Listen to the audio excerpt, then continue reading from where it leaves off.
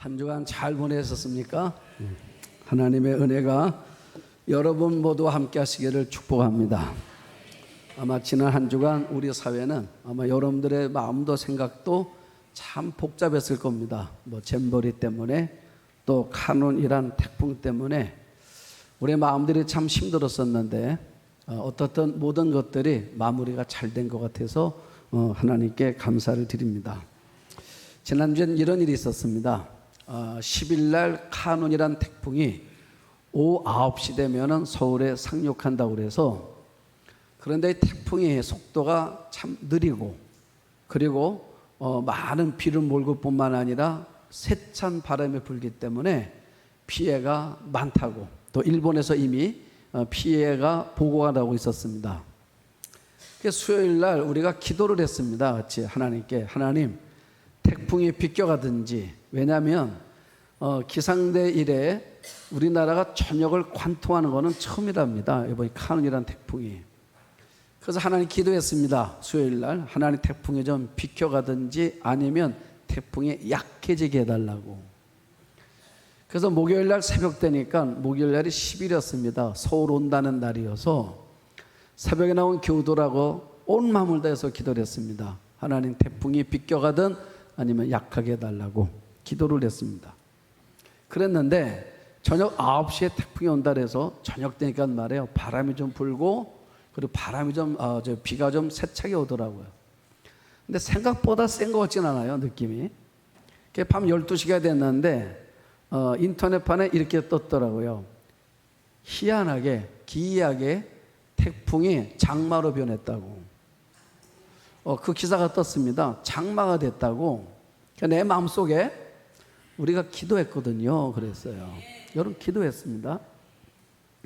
그러면서 이제 목요일 날 저녁에 어떤 마음이 들었냐면, 이제 목요일 날은 첫날은 금요일 날 만약에 태풍이 이렇게 불면 금요일 날 새벽에 우리 교우들이 나올 수 있을까 하는 마음이 들었습니다. 그런데 금요일 날 새벽 됐는데 거의 다 나오셨더라고요, 보니까. 그래서 제가 새벽에 그런 얘기를 했습니다. 갑자기 어떤 생각이 났냐면, 옛날에 예화집 하나에서 뭘 봤냐면 이런 예화를 본 적이 있었습니다. 미국의 한 지역의 농촌인데 비가 오질 않는 겁니다. 봄이 돼도 비가 안 오고 여름 비가 안 오니까 땅이 바짝 말라 땅이 갈라지고 농사가 안 되는 거예요. 가물어가지고. 자, 농사를 짓는 사람들이 이제는 시름이 깊어지는 겁니다. 비가 안 오니까. 그래서 사람들이 마음을 모았습니다. 우리 교회 가서 기도합시다. 하나님께 비가 오게 해달라면 기도합시다. 그래서 마을에 있는 모든 사람들이 마음을 모아가지고 교회에 왔습니다. 그래서 사람들이 마음을 다해서 하나님 기도하는 것입니다. 하나님 비를 내려달라고, 비를 내려달라고. 몇 달 동안 짱짱했던 하늘이 말해요. 갑자기 예배당 아닌데 천둥이 치는 소리가 들려요. 천둥 소리가 나는 거예요. 천둥 소리가 나더니 좀 이따 번개가 치는 겁니다. 그러면서 갑자기 말해요, 맑은 하늘이 새까마지더니 비가 막 옥수같이 쏟아지는 겁니다. 여러분 기도했던 사람들이 그 빗소리를 들으면서요, 할렐루야 하나님 앞에 영광에 박수를 치고 사람들이 환호하고 야단드립니다.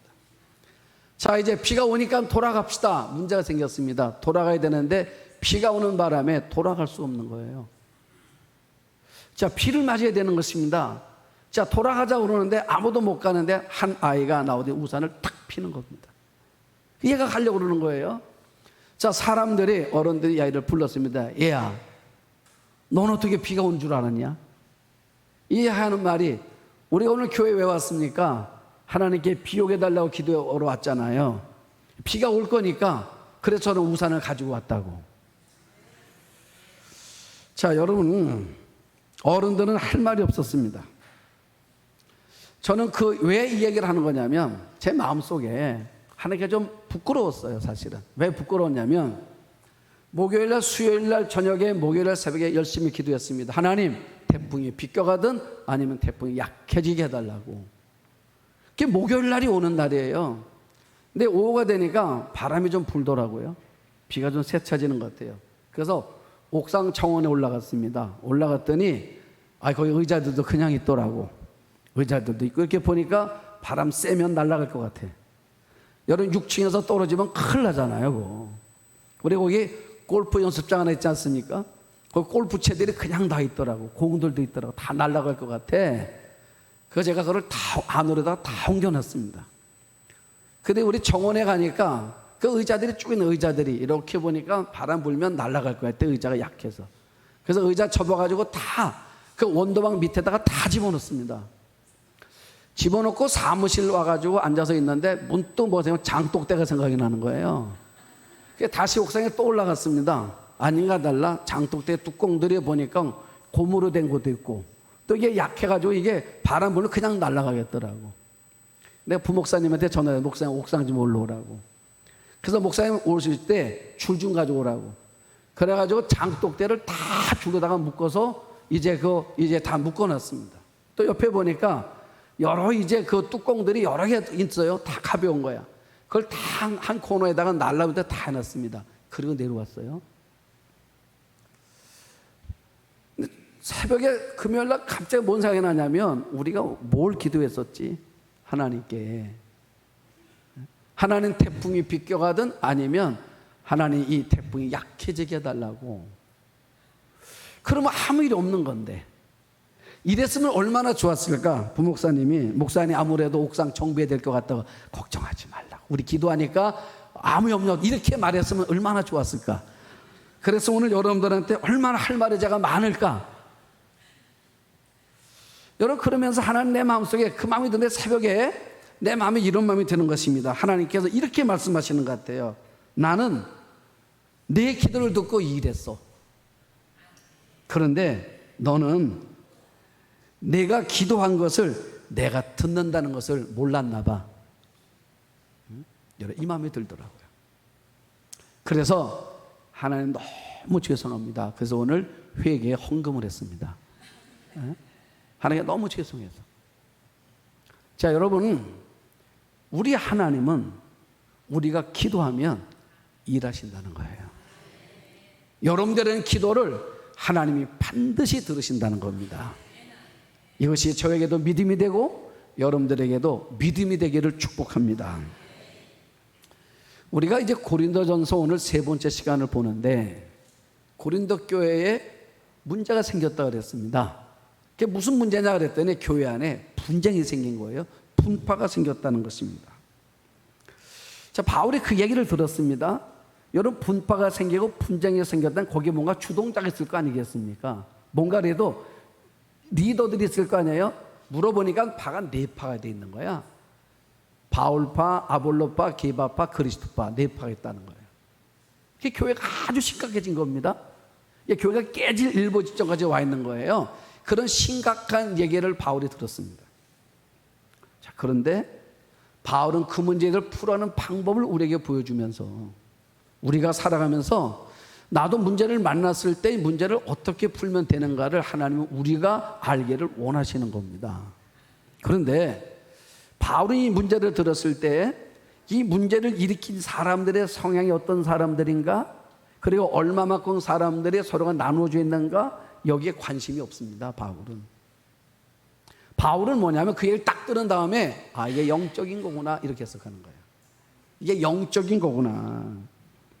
자, 그 영적인데 어떤 영적인 거냐? 고린도 교회가 분파가 생겼다는 말은 바울이 한마디로 뭐라 생각하냐면 그 사람들 고린도 교인들 마음속에 하나님이 떠났구나 이렇게 생각한 거예요. 예?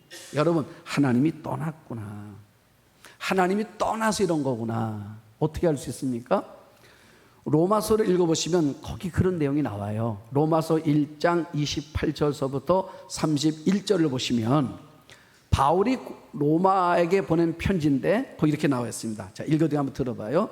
로마서 1장 28절에 뭐라면 또한 그들의 마음에 하나님 두기를 싫어하며 하나님께서 그들을 그 상실한 마음대로 내버려 두사 합당하지 못한 일을 하게 하셨으니 29절 곧 모든 불의, 추악, 탐욕, 악의가 가득한 자여 시기, 살인, 분쟁, 사기, 악독이 가득한 자요 수군수군하는 자요 30절 비방하는 자요 하나님께서 미워하는 자요 능욕하는 자요 교만한 자요 자랑하는 자요 악을 도모하는 자요 부모를 거역하는 자요 31절 우매한 자여, 배약하는 자여, 무정한 자여, 무자비한 자라. 여러분, 우리 마음속에 하나님이 떠나면 어떤 일들이 벌어지는가? 성경이 쭉 말했는데 그 중에 뭐야? 분쟁이 나와 있더라고. 분쟁이. 그게 바울은 아는 거예요. 그게 바울은 뭘 아는 것입니까? 우리 마음속에 미워하는 마음이 생겨요. 그 바울이 뭐라 말하냐? 그 미워하는 마음이 생긴 원인을 따지는 것이 아니라 바울은 딱 하나로 대답하는 것입니다. 하나님이 그 마음에서 떠나서 그런 거다.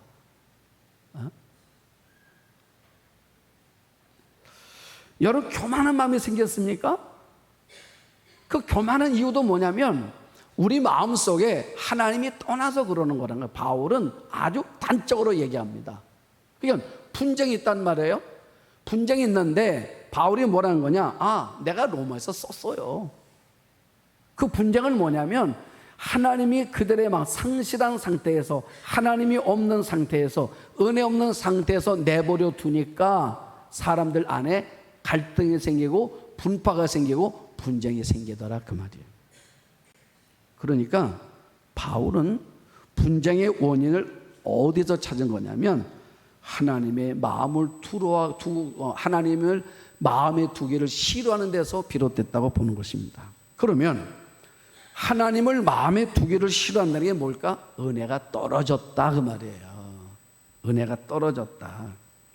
그러니까 분쟁을 일으키는 사람들이 문제가 아니라 우리 안에 은혜가 떨어지면 이렇게 분쟁이 생기게 되더라, 그 말이야. 여러분, 왜 걱정이 되는 줄 아십니까? 우리 마음속에 은혜가 떨어져서 그러는 거예요. 왜 여러분 마음속에 짜증이 나는 줄 아십니까? 은혜가 떨어져서 그러는 거예요. 왜 미움이 생기고 분노가 생기는 줄 아십니까? 은혜가 떨어져서 그러는 거예요. 그러니까 바울은 뭐냐면, 이 문제 해답은 뭐냐면 은혜가 다시 일어나면 된다는 거예요. 네? 은혜가. 그러니까 하나님이 우리 안에 계시면 된다는 거예요. 그래서 내 안에 하나님이 계시면, 다시 말하면 또 내 안에 은혜가 생기면 마음이 같아져. 같은 마음이 같아지고 생각이 같아지고 말도 같아져요. 여러분, 우리 보십시오. 가정에서 부부가 다툴 때가 있어요. 왜 다투는 겁니까? 이 말이 달라서 그래요. 아내 하는 말과 남편의 말이 다릅니다. 그러면 다투는 거예요. 사람이 생각에 다투면 다퉈요. 그렇죠? 생각이 다르면 다투는 거예요. 그런데 생각이 똑같아. 그러면 절대로 다투지 않아요. 생각이 같은데 어떻게 다투겠습니까? 자, 말도 그런 겁니다. 말이 같아요. 아내가 말하면 남편이 거기에 대해서 뭐예요? 장단을 맞춥니다. 또 남편의 말에 아내가 장단을 맞춰줍니다. 그러면 다툴 일이 있어요, 없어요? 그럼 없는 거예요. 아내가 말을 합니다. 남편이 그거 아니야 이러면 다투는 거예요. 그런데 우리 안에 하나님이 거하시고 우리 안에 은혜가 임하면 말이 같아져. 오늘날 나도 모르게. 교회가 그런 겁니다. 여러분, 교회가 은혜로워졌다? 다른 거 아닙니다. 교회가 은혜로워지면 말이 같아. 네? 여러분, 교회가 은혜로워지는 말이에요. 생각도 같아져요. 그래서 무슨 말입니까? 영어 성경에 보면 은혜와 평강이 뭡니까? 평강이 뭐예요? 피스라니까. 평화가 왔다는 거야. 평화가 왔다는 것입니다. 히브리어는 뭡니까? 샬롬이란 말이에요. 샬롬이고 피스라고 말이에요. 여러분, 그러니까 가정이 하나 되고 교회가 하나 되고 민족이 하나 되는 길은 다른 거 없습니다. 하나님의 은혜가 임하면 되는 거예요. 어쩌면 우리 사회가 이렇게 갈등이 심한 것도 결국 보면 영적인 거라는 거죠. 한국 교회가 영적으로 점점 침체하니까 사회가 점점 문제가 많아지는 거 아닌가. 여러분, 한국 교회가 영적으로 하나 되고 은혜 안에 거하기 시작하면은 나는 이 사회도 하나가 되는 거라고 믿습니다. 그래서 바울이 이야기하는 거예요. 이 문제에 대해서 결국 뭐냐면 하나님의 은혜가 떨어져서 이러는 거다라고 말하면서 이제 오늘 18절을 보십시오. 십자가의 도가 멸망하는 자들에게는 미련한 것이요 구원을 받는 우리에게는 하나님의 능력이다 그랬어요. 제가 성경을 읽다가 이게 동그라미를 쳐봤습니다. 멸망에다 동그라미를 치고 구원에다가 동그라미를 쳤어요. 자, 왜냐?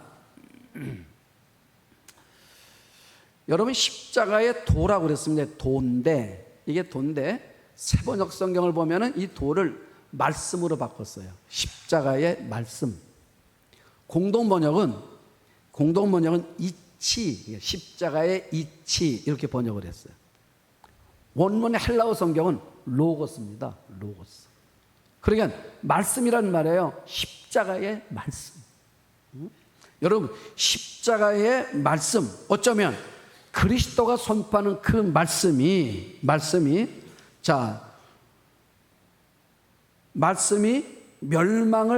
멸망하는 자에게는 미련한 것이고 구원을 받는 우리에게는 하나님의 능력이라고 그랬는데, 여러분 잘 봐요.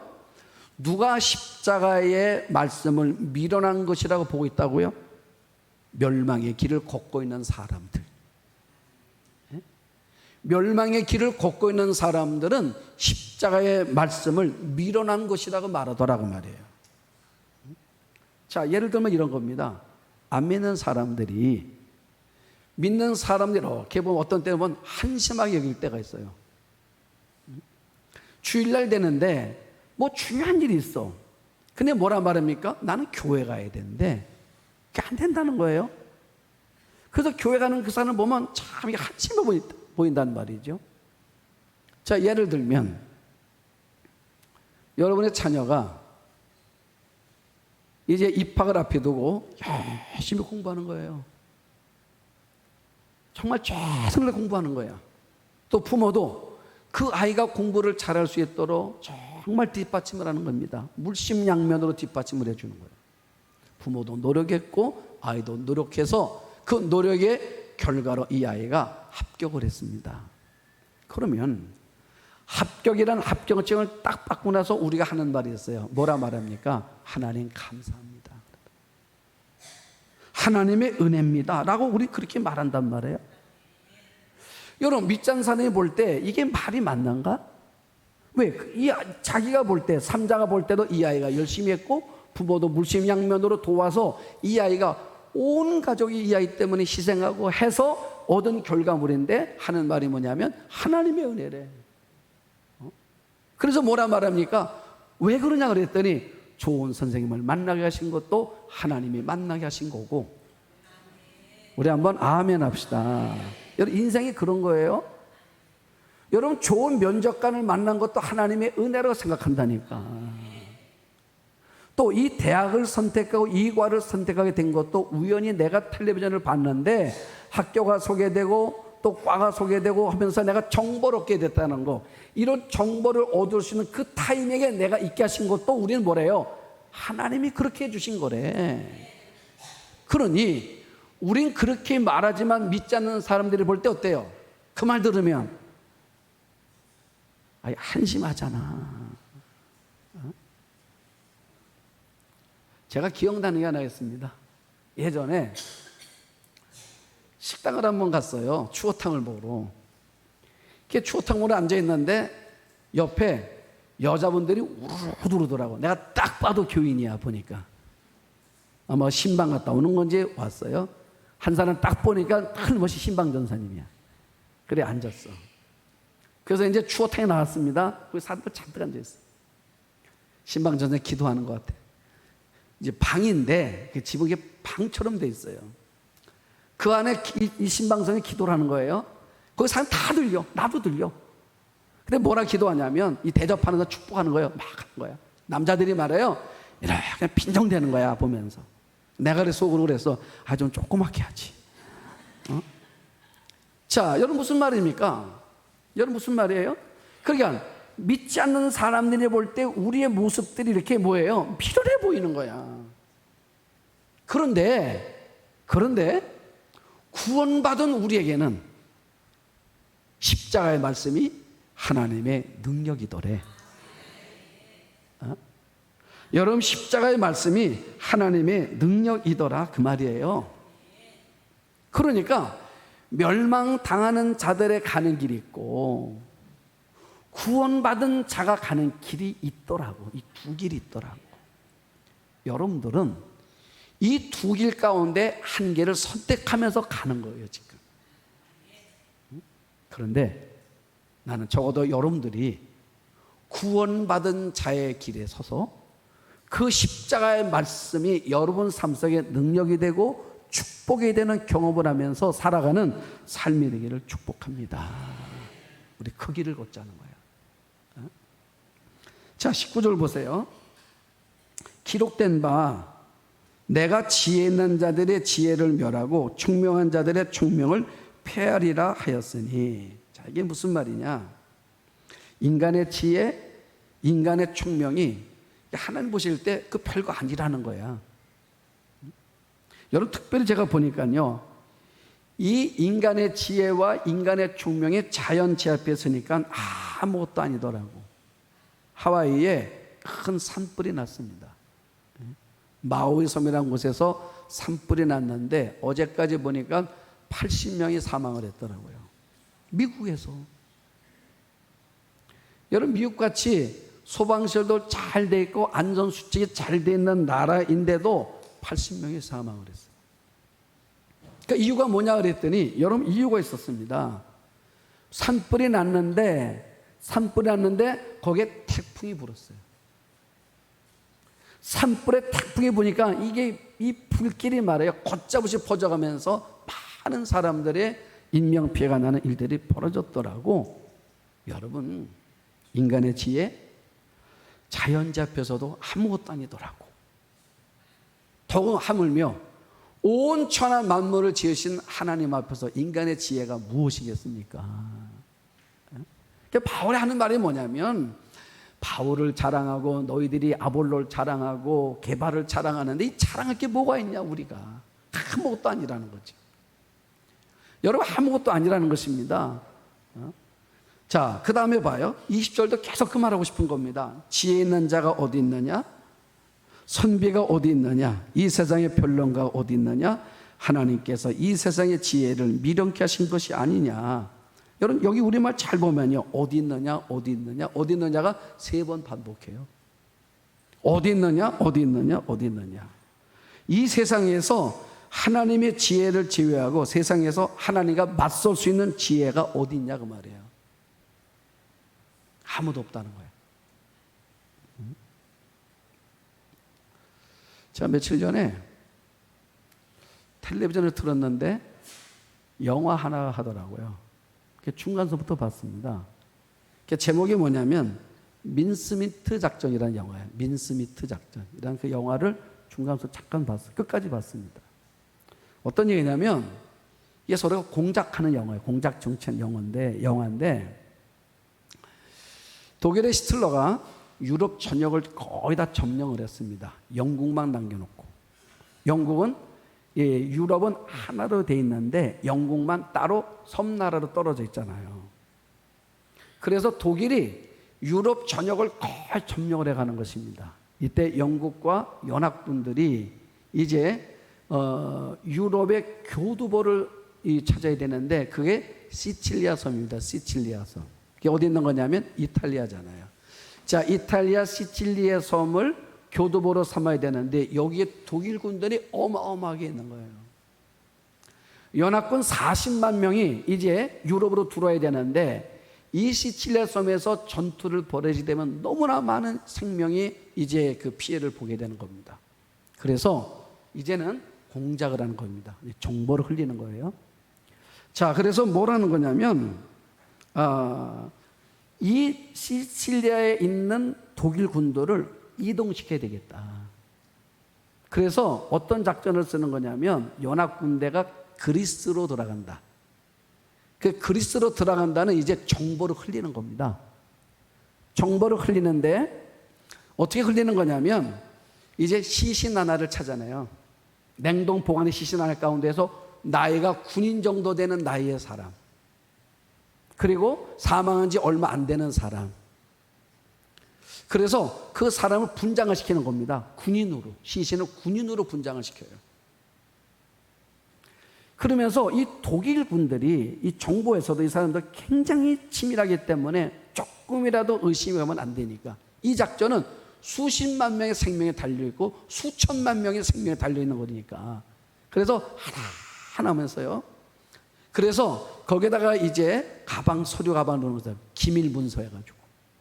그래서 기밀 문서가 뭐냐면 연합군 40만 명이 배는 함대는 몇 척 뭐 쭉 해가지고 어디로? 그리스로다가 이제 진격해 간다. 어딜 피해서? 독일군이 있는 시실리아 섬을 피해서 그리스로 간다. 이런 정보가 적혀 있는 가방 안에 그 사람에게 묶어 놓는 것입니다. 그리고 그 기밀 문서 안에다가 머리카락 하나를 넣는 거예요. 왜냐하면 이거를 독일군이 봤는지 안 봤는지, 혹시 이게 문서가 이들이 보고 안 본 것처럼 해서 영국으로 돌아왔을 때 우리가 확인할 길이 없으니까. 그래서 머리카락 하나를 해요. 얇은 거 하나를.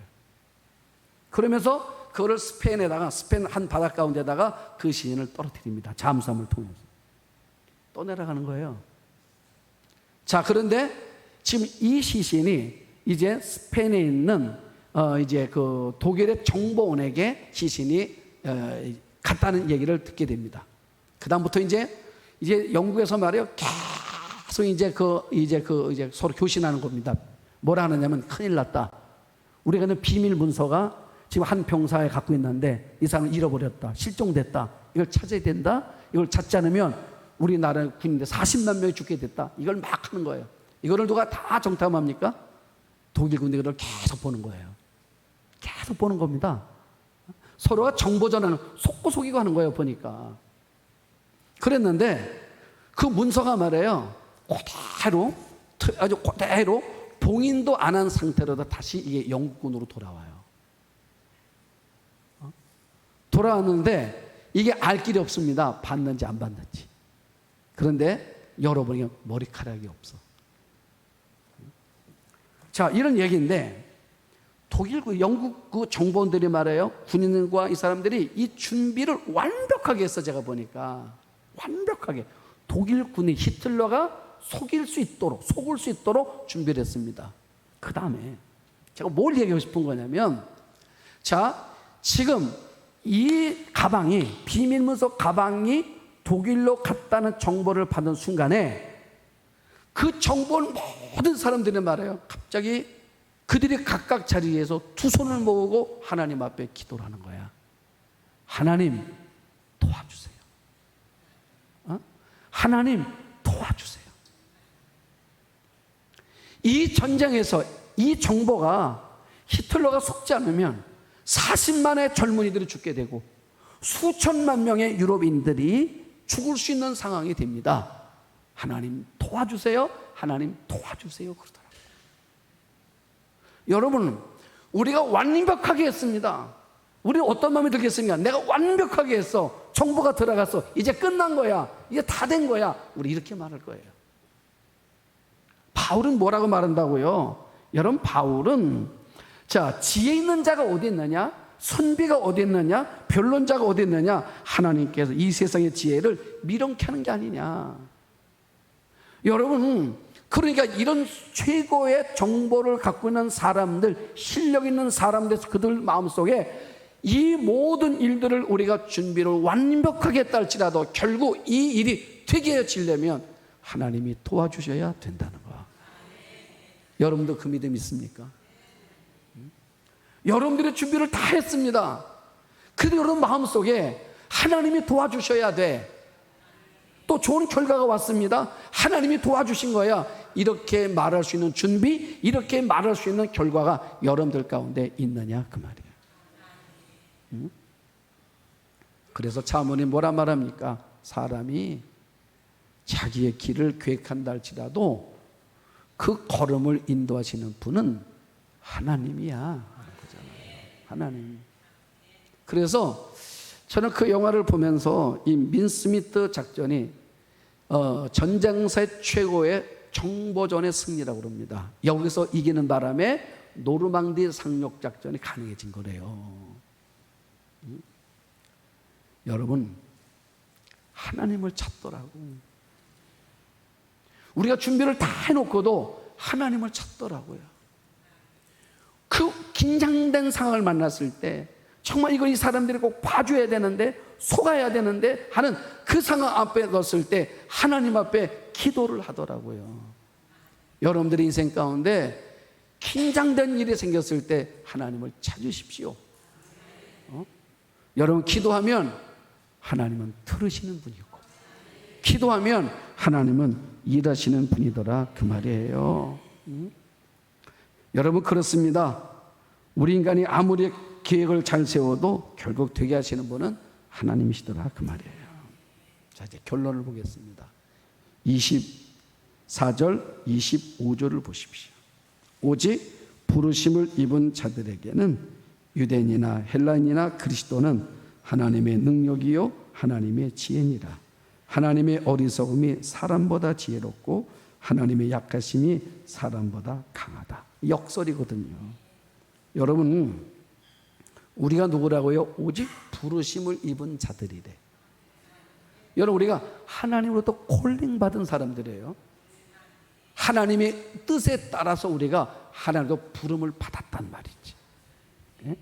부름을 받은 우리인데 왜 불렀습니까? 하나님이 같이 살자고 부르신 거예요.